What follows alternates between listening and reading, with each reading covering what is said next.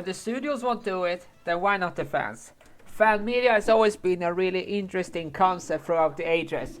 From fans creating films, TV shows, movies, music, whatever, it has undoubtedly been a very interesting thing to think about all of the fan media that's been created. We had bootleg toys, we've had TV shows based on something, or any sort of media created by fans is a feat within itself. I mean, you spent hours making that come to life. That is your reward. You contributed to the fan culture of the very franchise.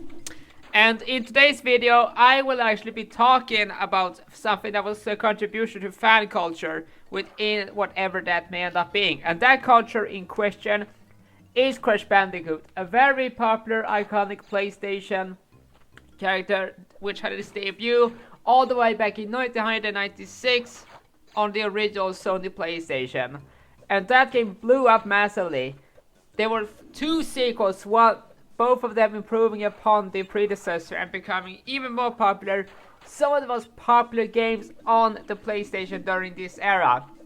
However, all good things must come to an end, as in 2000 it was determined that Naughty Dog was done with the series after they had developed Crash Team Racing. And then Eurocom, who was a British game developer at the time, decided to resettle and create the very last PlayStation game for the Sony PlayStation, that being the last Crash game. That ended up being Crash Bash. And so we entered the dark age after that. We got very few really amazing games. Plenty of them were decent, but it wasn't really a time to really give us a hint that Crash Bandicoot was in a good state. As a matter of fact, the very last Crash Bandicoot game for a very long time was Crash Mind Over Mutant back in 2008. We then got the Insane Trilogy back in 2017. However, that doesn't mean that this franchise has been lying abandoned. Sure, by studios, but by fans. And for a few years now, there has been a fan game which has been very much been active, known as Crash Bandicoot, back in the time. The very game that you see on the screen right here. So this is a fan game, which obviously means fans have created it, no official endorsement of the developers themselves. And that means that the creator doesn't want to make profits of this game. And that is good. That means that you aren't really like copyright infringement. Fan media should be approached with the same way that anything else, as in for fun and not for profit.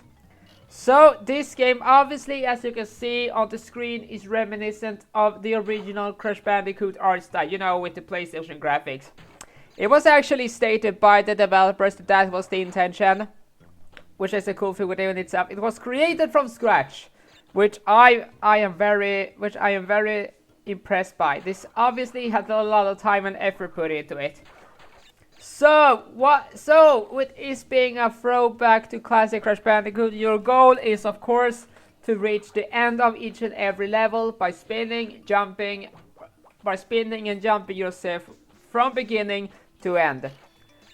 The controls are very simple. It's the WASD keys. You know, the ones that the ones that in the past was said to be the keys for pro gamers. Well, now it is at this point in time 2024 standard. So that means that you are no longer a pro for using what used to be known as pro keys. You are just a simple peasant.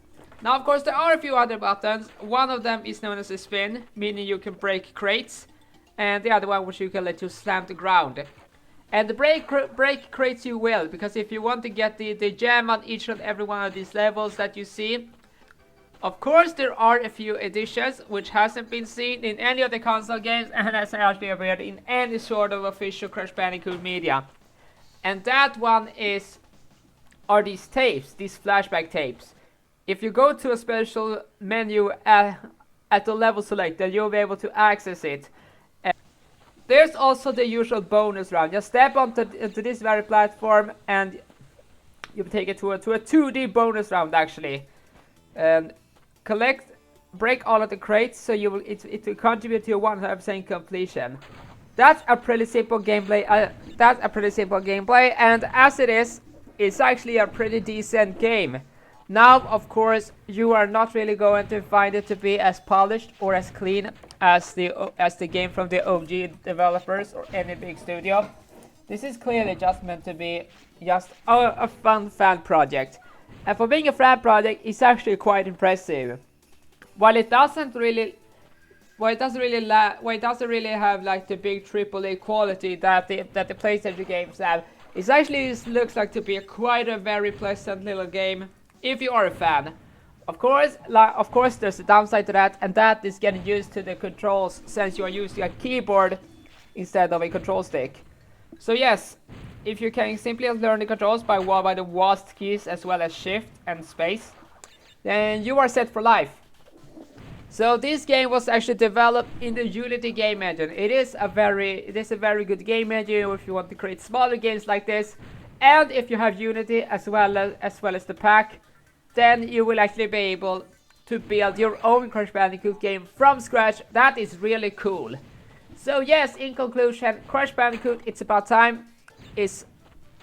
Oh wait, Back in Time. Yeah, Crash Bandicoot Back in Time is a decent fan game overall. And if you like fan media and Crash Bandicoot, then this is certainly one to try out. So I want to say thank you guys so much. Bye bye.